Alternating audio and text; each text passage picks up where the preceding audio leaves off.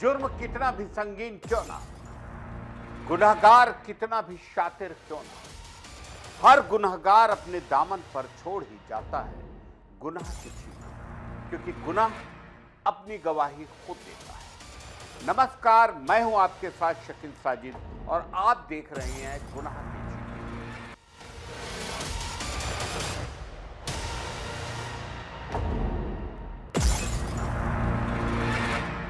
क्या हो गया है राजधानी रायपुर, जहां सप्ताह भर में 9 हत्या, बलवा, आगजनी, शूट आउट जैसी गंभीर घटनाओं की गाज गिरने लगी है रायपुर पुलिस के तमाम अधिकारियों पर। और रायपुर पुलिस महानिरीक्षक अमरेश मिश्रा ने लॉ एंड ऑर्डर के मामले में जिले के एसपी, सीएसपी और थाना प्रभारियों की क्लास लगाई है। बढ़ते अपराध को लेकर बैठक ली और उन्होंने सख्ती दिखाते हुए पंडरी थाने की प्रभारी मल्लिका बनर्जी को सस्पेंड कर दिया। आईजी अमरेश मिश्रा के सख्त रवैये से समूचे पुलिस महकमे में हड़कंप मचा हुआ है।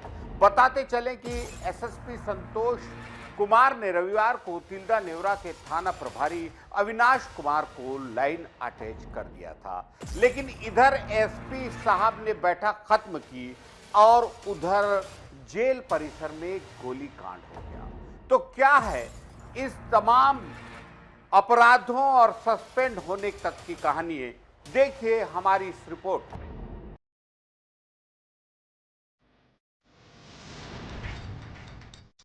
रायपुर आईजी अमरेश मिश्रा ने पंडरी थाना प्रभारी मल्लिका बनर्जी को सस्पेंड कर दिया है। पुलिस को चोरी का माल मिला था, लेकिन इसकी जानकारी किसी को नहीं दी गई।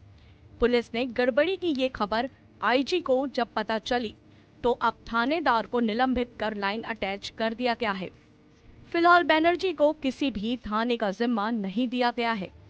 इससे पहले रायपुर एसएसपी संतोष सिंह ने तिल्दा थाना प्रभारी अविनाश सिंह को लाइन अटैच कर दिया था।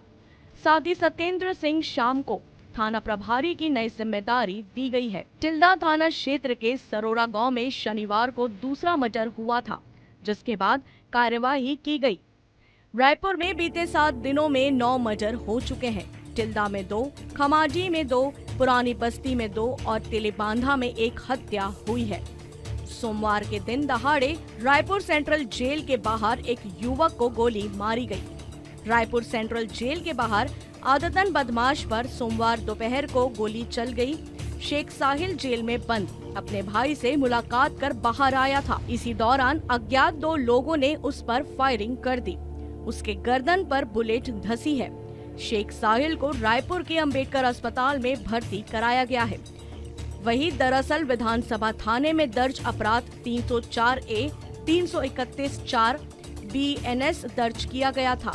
इस मामले में पंडरी में चोरी के आरोपियों से चोरी का माल जब्त किया गया था। इसकी जानकारी पंडरी थाना द्वारा ना तो विधानसभा थाने को दी गई और न ही इस मामले में कोई कार्यवाही की गई थी। इस लापरवाही और उदासीनता को देखते हुए आईजी अमरेश मिश्रा ने निरीक्षक मल्लिका बनर्जी को तत्काल प्रभाव से निलंबित कर दिया। केंद्रीय गृह मंत्रालय की वेबसाइट पर उपलब्ध द पुलिस एक्ट 1861 के अनुसार राज्य सरकार किसी भी समय पुलिस महानिरीक्षक, उप महानिरीक्षक, सहायक महानिरीक्षक और जिला पुलिस अधीक्षक और अधीनस्थ रैंक के किसी भी पुलिस अधिकारी को बर्खास्त, निलंबित या पदोन्नत डिमोशन कर सकती है, जिसे वह अपने कर्तव्य के निर्वहन में लापरवाह या उसके लिए अयोग्य समझती हो।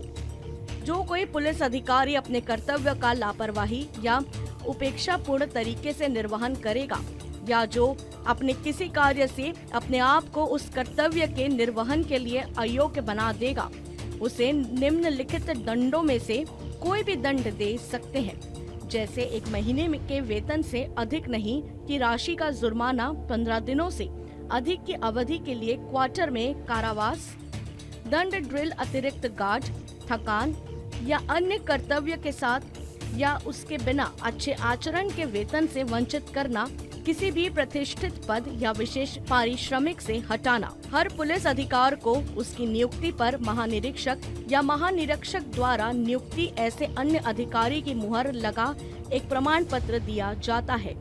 यह प्रमाण पत्र धारण करने वाले व्यक्ति में पुलिस अधिकारी की शक्तियां, कार्य और विशेष अधिकार निहित रहते हैं।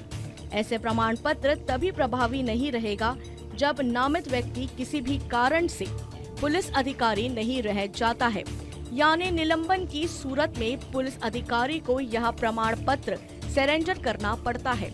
निलंबन के दौरान किसी पुलिस अधिकारी में निहित शक्तियां, कार्य और विशेष अधिकार भी निलंबित हो जाते हैं, यानी अधिकारी के पास कोई पावर नहीं रहती। ऐसे निलंबन के बावजूद वह उन्हीं जिम्मेदारियां, अनुशासन और दंडों तथा उनके प्राधिकारियों के अधीन कार्य करना जारी रखेगा, जैसे कि उसे निलंबित नहीं किया गया हो। अखिल भारतीय सेवा के अधिकारियों को सस्पेंड करने पर राज्य सरकार को 15 दिन के भीतर केंद्र को विस्तृत रिपोर्ट भेजनी होती है। निलंबन का राज्य सरकार का आदेश 30 दिनों के लिए वैध होता है। इस अवधि को आगे बढ़ाने के लिए केंद्र सरकार से मंजूरी लेनी पड़ती है। निलंबन अवधि को बढ़ाए जाने का आदेश 120 दिन से ज्यादा वैध नहीं रहता। केंद्रीय या राज्य समीक्षा समिति की सिफारिश पर निलंबन को 180 दिनों के लिए बढ़ाया जा सकता है। भ्रष्टाचार के अलावा अन्य आरोपों पर निलंबित सेवा सदस्य की निलंबन अवधि 1 वर्ष से अधिक नहीं होगी, लेकिन केंद्रीय समीक्षा समिति की सिफारिशों पर इसे 1 वर्ष से अधिक समय तक जारी रखा जा सकता है। भ्रष्टाचार के आरोप में निलंबित सेवा सदस्य का निलंबन काल 2 वर्ष से अधिक नहीं होगा। DA news plus desk report, Madhya Pradesh, Chhattisgarh.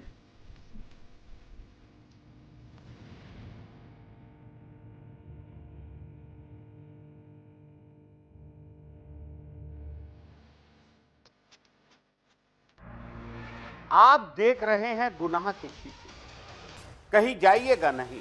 हम थोड़ी देर में हाजिर होते हैं एक ब्रेक के